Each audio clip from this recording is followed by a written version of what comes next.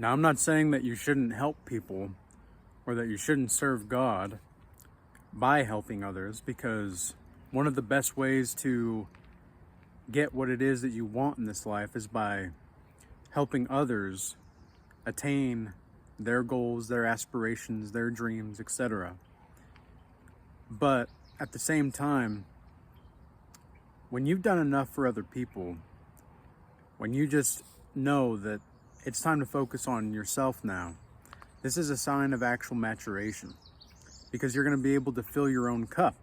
You're not going to be able to fill other people's cups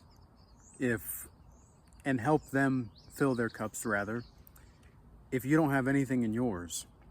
I think a lot of the times people that are trying to make improvements in their life, they are so focused on codependency of others, validation of others, that they forget and neglect themselves.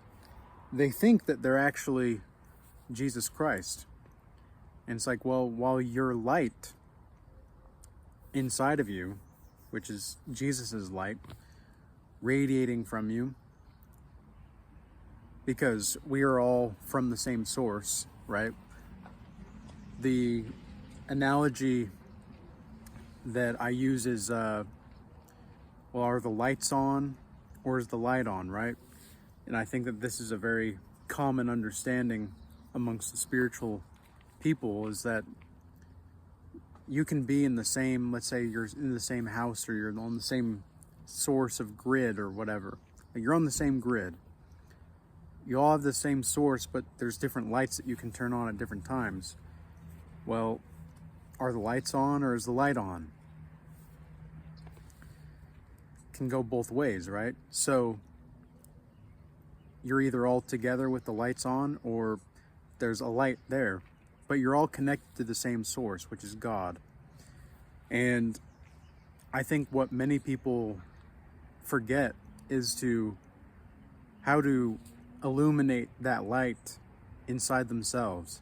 They're focused on trying to help others so much that they don't know how to do that for themselves. Because in some ways, people try to help others as a way to neglect themselves. And I know that this is like a martyr complex that some people have. I know that sometimes people who are on this path, the narrow way, they get obsessed with people pleasing and doing things to make others happy, which is not really a bad thing, but you've done enough for people sometimes. And sometimes people, like some of you, are pouring into cups that have holes at the bottom. You just are. And I don't know what else to tell you other than you have to be able to walk away from those situations.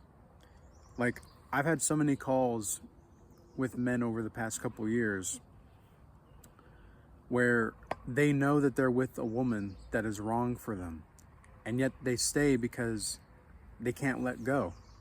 And it's like, well, why can't you let go? Well, there's a lot of different reasons, but the main reason is always lust. And this is where we have to remind ourselves that Samson in the Bible, who was, the strongest man in the Bible, he fell because of lust. Okay, he fell because he gave in to his urges. And so if you cannot control your urges, if you cannot control this desire, this impulse within you, I know that my temptations are always going to be there. I know that the temptations that I have are always going to be there, and it's just going to be what it is. But I'm not perturbed by those temptations anymore in the way that I used to. Like, yeah, are there temptations? Sure, but I just have control over myself and my urges enough to the point now to where I'm very confident that, yeah, there's going to be Jezebels at every corner sometimes, but I've been here before. I know what it's like. I know how to get through this. And some people are not taking the lessons that they've learned and applying them in their life. Because you can tell whether or not somebody's actually implementing what they're learning based on how they're changing their ways in the future. Because if you're not changing your ways in the future, then you're not really learning anything. If you say, oh yeah, that makes sense, that's right, like you're correct or whatever, talking to somebody, but yet you don't change anything, what you're telling me actually is that you're trying to people please me.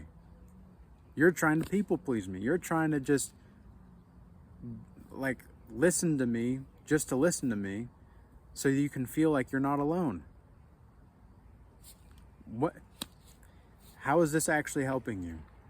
If you don't have the wherewithal, like Marcus Aurelius, he said something along the lines of, we did a Legends of Stoicism class in the Regal Change Academy a few months ago, and I guess it was only a couple months ago, but anyway, we did a Legends of Stoicism class, and something that he said that I recalled last night after I was posting on somebody else's post in the community that we have, said the greatest error is a lack of perseverance. Something like that. And I think that this is very true, because if you cannot have the courage to persevere, if you do not have the courage to persevere, then everything that you're experiencing right now is just going in one ear and out the other. Or it's, you're seeing things, but you're not taking it in. You're not reflecting on it. You're not actually reflecting on it. And you might have, the greatest possibilities ahead of you. God wants to give you these things, but you don't want to focus on yourself. You don't want to focus on actually building yourself up, because that's scary. Because that means that you're going to have to accept wholly who you are without trying to tear yourself down. And a lot of people don't know if they have the courage to do that, and so they avoid it, they neglect it.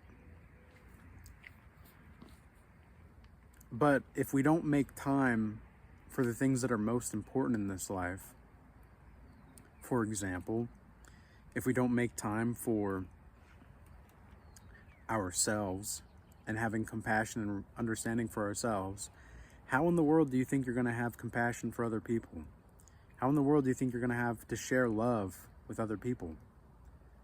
You cannot share love with people if you do not have love inside yourself. It's just, you might think that you can. Like, I know there were people in my family that thought that they were showing me love when they were actually insulting me. Well, how does that happen? Well, because they have a perception on what love is supposed to be that's just totally incorrect. They think love is a form of codependency or like weird sense of attachment, instead of it's not about detaching yourself from the person, but detaching yourself from the outcome. And it's about non-attachment to the person.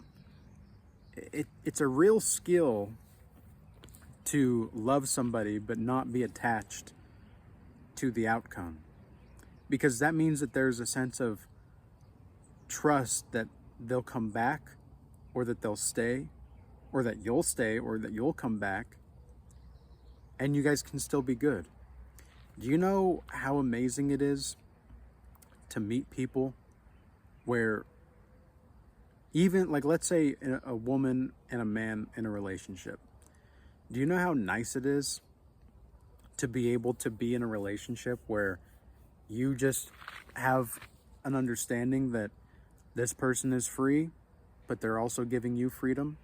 They're not going to force you to do anything. You're not going to force them to do anything. But you both want to love and support and care for each other. And you both understand that you're building something that is going to be meaningful and that you enjoy each other. But you're not attached to the outcome. You're able to let go of this person if you need to. Do you know how powerful that is? Do you know how amazing that is? And do you know how that can happen? And you know why a lot of people are never going to experience something like this? It's because they don't know themselves enough. They want to believe, and they're attached to certain identities that are completely false, even if they have good intentions in those identities. It's not really who they are. And so therefore, they're never going to get to where they want to be because they're too attached to who they think that they should be.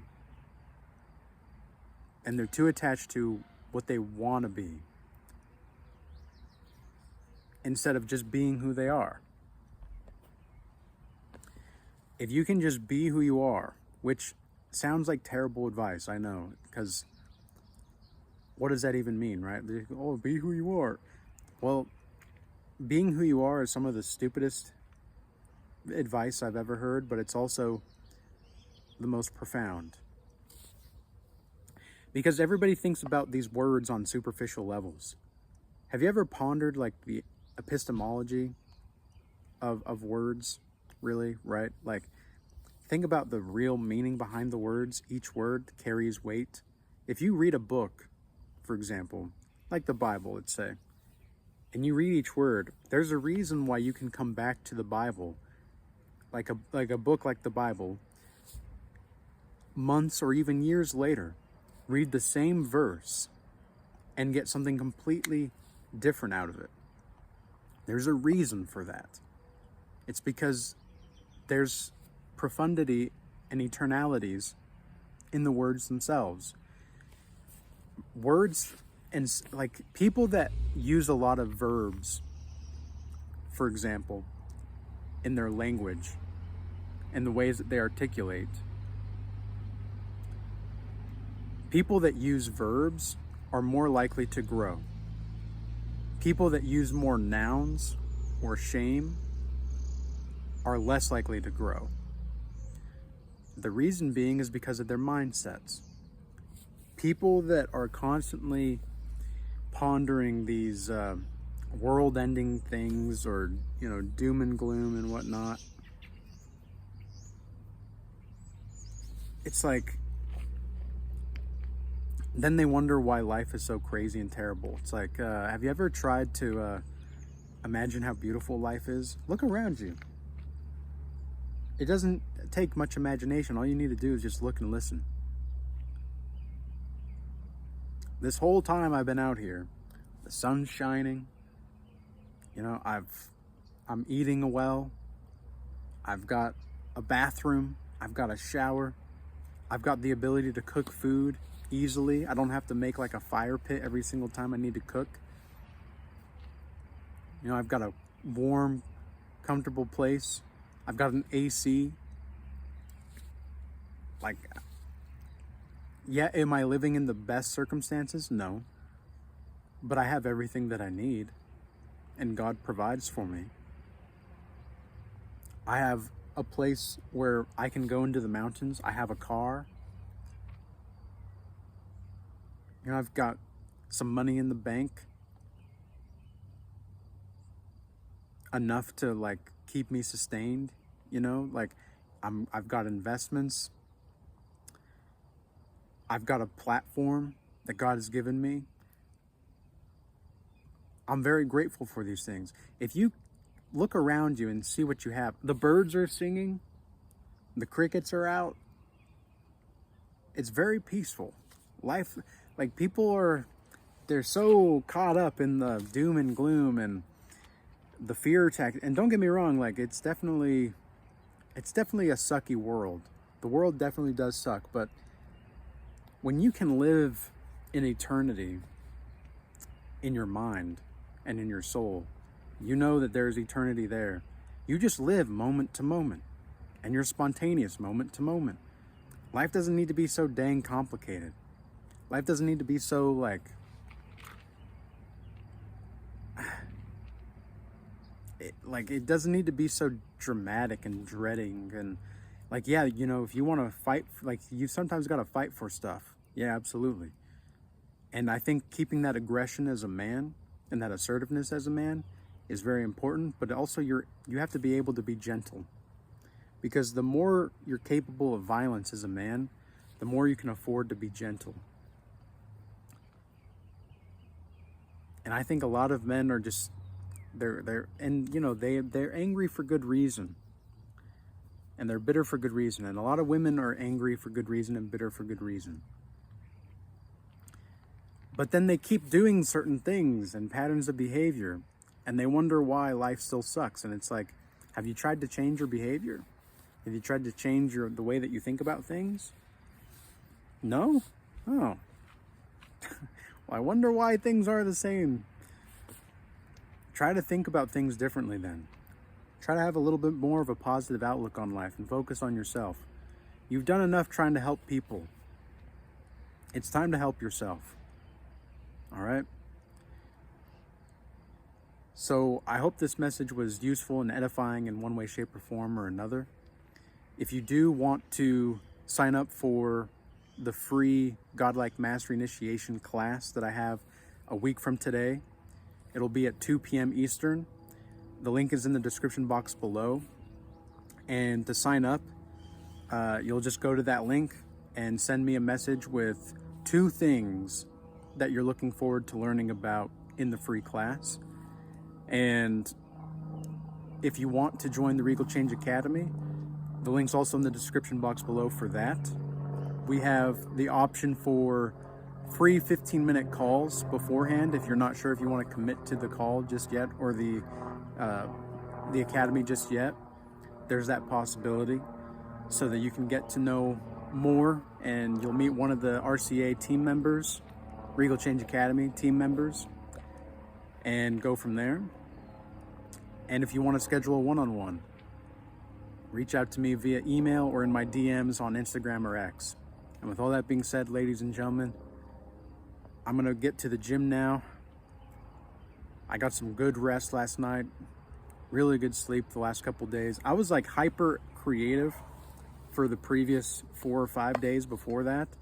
And when I'm hyper creative, I just have to create. I just have to get it out. And I didn't get a lot of sleep, but now I'm catching up on my sleep. I'm staying calm, cool, and collected, and I'm pushing forward, man. I see the light at the end of the tunnel. I'm there, and it's Jesus Christ. And thank God for Jesus Christ. Thank God for God. But anyways, guys, peace be with you all. Until next time.